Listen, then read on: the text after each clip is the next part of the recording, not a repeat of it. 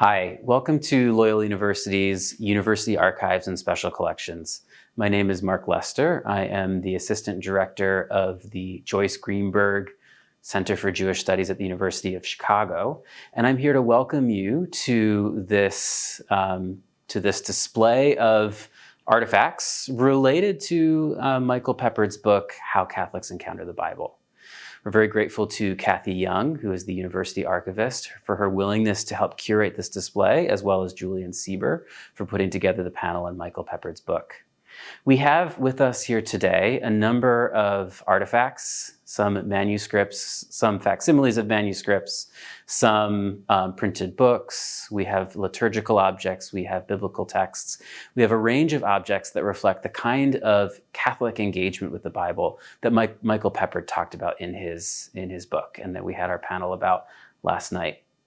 Here at this table, we have a range of books, including 2 volumes from an early polyglot translation of the New Testament by Elias Hutter in 1599. These volumes include not only the text of the New Testament that you might expect in Greek, but also translations in Syriac, one of the first full back translations of the New Testament into Hebrew as well as a number of other contemporary spoken languages in Europe at the time. This was in 4 volumes. We have 2 of which are on display here today. Also at this table, we have a liturgical text, a small format 13th century breviary from a Franciscan order.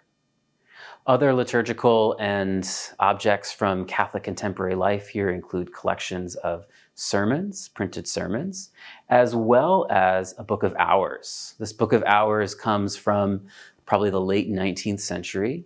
And included in this printed edition of the Book of Hours, we have a number of cards that came from First Communion ceremonies from a number of members of that family, an element of the degree to which the Catholic encounter with the Bible comes through engagement with the life cycle that Michael Peppard talks about in his book. Here at this table, we have 2 very different kinds of manuscripts. Closest to me, we have 2 editions of the Spiritual Exercises by Ignatius of Loyola. The first here is the first printed edition from 1548, already in the life of St. Ignatius.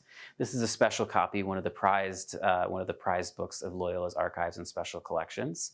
In it, we can see 2 dedicatory prayers by 2 different owners of this book over the years that have been inscribed on the first initial pages. There's some light annotations that come along with this small format edition of the exercises, something that's very suitable to personal use and reflection.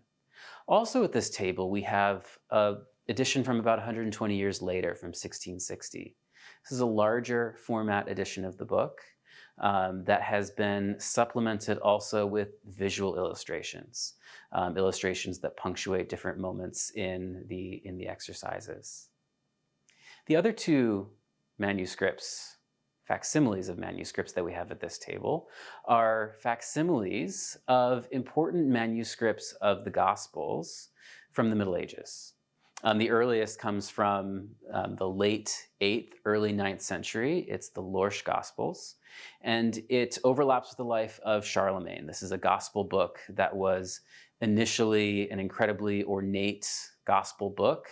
It had a kind of notable life cycle. It at one point was in a library in Heidelberg. It was stolen. It was split into 2, sold in different halves, and has now been. It's collected in this particular facsimile that we have here, but the Lorsch Gospels. The last facsimile we have at this table is called the Codex Aureus. It's from the 11th century. It's sometimes called the Golden Gospel. It's a collection of gospel lectionary texts. And the most distinctive feature is the amount of gold leaf that's used both for the text of the gospel readings, but also for some of the illuminations that come with it.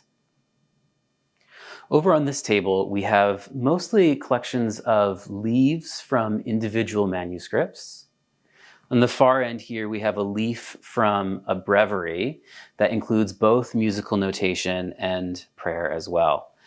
A number of these leaves come from Book of Hours, as well as a small, very small format edition of the Psalms. This is a leaf from Psalm 8. And then lastly on this table, we have what are called emblem books. These emblem books include both scriptural readings that could be on an individual level, both are from the 17th century, along with some illustrations and kind of personal commentary used for individual reflection. Thank you so much for joining for this visit to Loyola University's Archives and Special Collections. Loyola University is very happy to partner with the Catholic Biblical Association and very excited for this collaboration around Michael Peppard's book, How Catholics Encounter the Bible. Thank you.